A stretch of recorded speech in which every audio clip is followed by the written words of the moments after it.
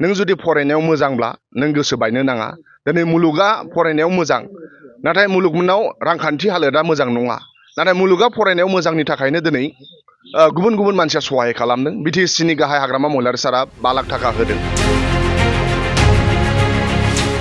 रांखान्थि हालोदा बिराद गाज्रि, जायखौ मानाव गेदेर बिटिसिनि चिफ हाग्रामा महिलारि सारा खबर मोनदों। बेबादिनो जाय गोनांथार बादियै बिथाङा गावनि फारसेनिफ्राय सहाय खालामदों। बिटिसिनि गाहाय मानाव गेदेर हाग्रामा महिलारि सारा जोंनो 5 लाख थाखा हरनानै नलबारिनि मुलुग खाख्लारिनो होफैनो थाखाय जोंखौ बिथोन होदोंमोन। आरो बिटिसिनि चिफ बिथांनि बिथोन बादियै दिनै जों नलबारिनि मुलुग खाख्लारिनि न'आव फैनानै मुलुग खाख्लारिया JEE एग्जाम पास जानानै झारखन्डनि धनबादआव बिथाङा मुं थिसननो हादों। नाथाय बिथांमोनहा रांखान्थि जोबोद जार्लायाव दंमोन। आरो बेबादिनो बिटिसिनि चिफ गाहाय मानाव गेदेर हाग्रामा महिलारि सारा मुलुग खाख्लारिनि फरायनायाव जा खरसा नांगौ बेखौ हिसाब खालामनानै 5 लाख थाखा जोंनो होनो थाखाय बिथोन हरनाय बादियै दिनै जों मुलुग खाख्लारिनि न'आव फैनानै बिथांनि आंगो बिफा, बिथांनि आंगो बिमा आरो मुलुग खाख्लारिनि आखायाव 5 लाख थाखा बिटिसिनि चिफ हाग्रामा महिलारि सार हरनायखौ जों होफैबाय। आरो जों अबंलावरिनो बेखौनो जों आर'ज खालामो, मुलुग खाख्लारिया जि गोजौ सोलोंथाइ लानो थाखाय झारखन्डआव थांगोन, धनबाद IIT आव बिथाङा मोजां फरायनानै कर्स जोबनानै सुबुं सम्पद हिसाबै जाहाथे गिदिंना फैफिननो हायो। बिमा बिफाया फिसा हौवाखौ जि जाजानो लुबैयो बे जाहाथे मोगथां महर जाफुंनो हाथों।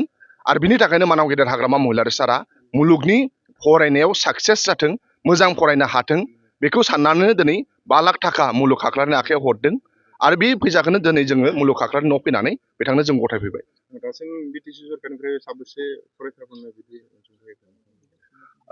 गभर्नमेन्ट प्रसेसा सोलिगासिनो दङ।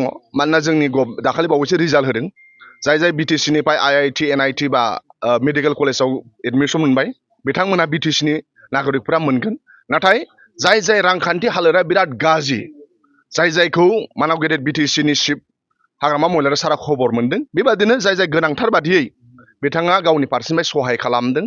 दिनैबो जोङो मुलुग खाख्लारिनि न'आव फैनाया मानाव गेदेर हाग्रामा महिलारि सारा गाव पार्सनेलि मुलुग खाख्लारिनो 5 लाख थाखा हरदों, जाहाथे मुलुग खाख्लारिनि फरायनाया मोजां जोबो।